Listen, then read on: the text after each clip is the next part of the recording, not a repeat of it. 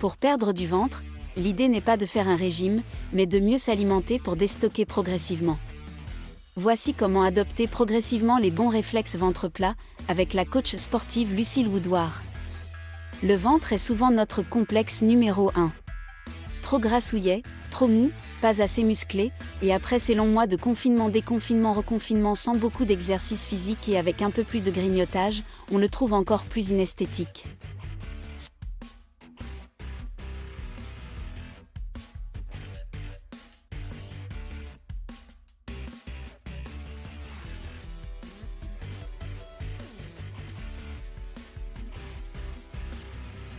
La mauvaise nouvelle, c'est qu'il est généralement plus difficile de perdre du ventre que des cuisses ou des fesses.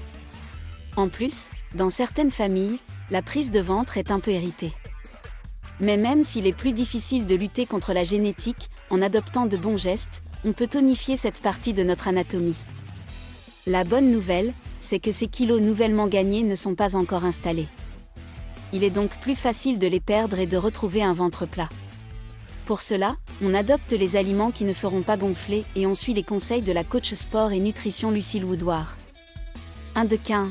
Je mange en pleine conscience. Avant toute chose, il est important de prendre le temps de manger en conscience, de mastiquer et de rester assis pour limiter les ballonnements postprandiaux et ressentir la satiété au bout de 30 minutes. Une habitude simple mais déjà très efficace, et qu'on néglige souvent. Combien de fois mangez-vous devant votre écran de télévision ou d'ordinateur, ou à toute vitesse le midi, surtout depuis que vous télétravaillez? 2 de 15. Je freine sur le sel.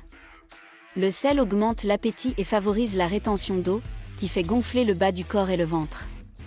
On limite donc un max les plats industriels sursalés, les charcuteries, les amuse-gueules, le fromage, la moutarde et la sauce soja. Et pour l'apéro, on laisse tomber les biscuits industriels et on fait des biscuits apéro maison moins salés. 3 de 15. Je ralentis ma consommation de produits laitiers. On s'offre son yaourt et non un fromage blanc qui ne contient pas ces fameux probiotiques facilitant la digestion, quotidien et ou un petit morceau de fromage au lait cru de préférence, que le système digestif assimile mieux que le lait pasteurisé.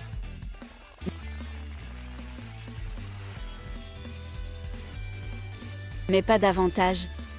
Les produits laitiers renferment du lactose qui peut parfois occasionner des ballonnements. Si on est accro, on essaie les boissons au soja ou lait de brebis. 4 de 15. Je fais le plein de fibres. En n'omettant jamais de mettre dans mes menus quotidiens des légumineuses, des céréales complètes, des fruits et des légumes. Riche en fibres, il favorise un bon transit mais aussi une meilleure digestion.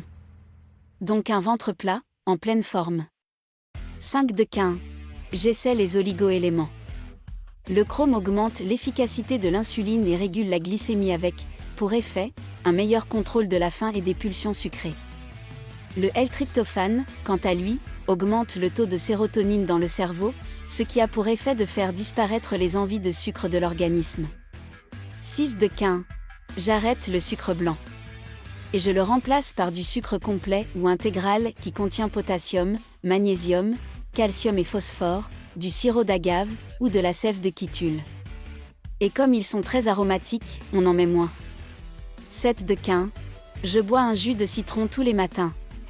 On commence chaque journée par un jus de citron frais délayé dans de l'eau minérale à température ambiante. Cette boisson relance le système digestif, et bien que le citron ait un goût acide, il alcalinise l'organisme, ce qui est bénéfique pour la forme et la minceur. 8 de 15. Je ne choisis que les bonnes graisses. On oublie définitivement les mauvaises graisses, cachées dans les gâteaux, frites ou viennoiseries, et l'huile de tournesol riche en oméga 6, pour privilégier les bonnes huiles d'olive, huile de colza et de noix, poisson gras, avocat. On réduit aussi le beurre, qu'on ne consomme que cru, sur le pain du matin ou les légumes par exemple. 9 de 15. Je sélectionne mes légumineuses. Les lentilles sont les plus digestes de toutes, surtout si elles sont corail. Les pois chiches et haricots rouges, à peau épaisse, eux, le sont moins. Le bon rythme de consommation, une fois par jour, 2 à 3 cuillères à soupe maximum.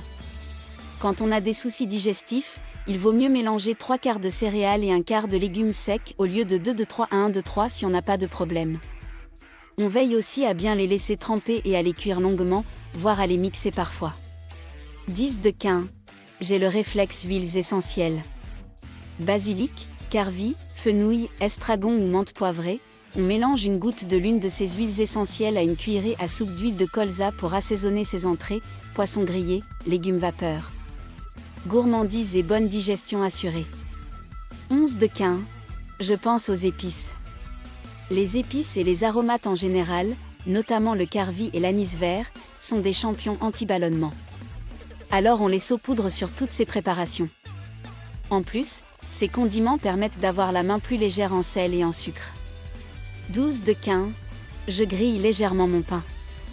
Il devient ainsi plus digeste car son humidité, réduite par le chauffage, diminue la sécrétion des enzymes salivaires. Plus il est frais, plus il fait gonfler. Rien de pire que la baguette sortant du four du boulanger. 13 de quin. Je me passe de beurre. L'idée consiste à substituer son beurre, quand on peut, par une préparation à base d'amandes broyées qui s'avère délicieuse sur les tartines et en cuisine.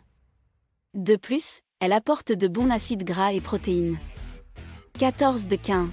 Je troque le café pour la tisane. Menthe, mélisse, thym, romarin, fenouil, camomille, toutes ces plantes ont des vertus digestives. On les choisit bio, on les consomme sans sucre et on les préfère au café pour terminer le repas car elles vont aider à la digestion. 15 de quin. Je cuis mes légumes. Car contrairement aux idées reçues, les crudités ne sont pas vraiment les alliés de la ligne. Elles ont tendance à irriter le côlon et à faire gonfler quand elles sont consommées en grande quantité. Mieux vaut donc opter pour des légumes cuits, dont les fibres attendries par la cuisson ne jouent pas au poil à gratter avec le tube digestif. On les accompagne systématiquement d'un peu de féculents. Ils évitent les fringales et le mélange facilite la digestion. 5 ennemis des ventres plats. Le stress, il a un lien direct avec la prise de ventre, car il pousse à manger plus et plus vite. En outre, le cortisol, hormone du stress, favorise le stockage de la graisse abdominale. Les boissons gazeuses, l'eau gazeuse distend le ventre et est la plupart du temps salée. Quant aux sodas, ils sont riches en sucre. Le sel, on sait qu'il provoque de la rétention d'eau, moins qu'elle se loge volontiers au niveau de l'abdomen. La constipation, une alimentation trop pauvre en fibres et donc, en règle générale, en fruits et légumes, favorise les ventres durs et gonflés. Le manque de sport, sans des abdominaux toniques, le ventre, non maintenu, a tendance à partir vers l'avant. Alors on n'oublie pas de faire des exercices de gainage.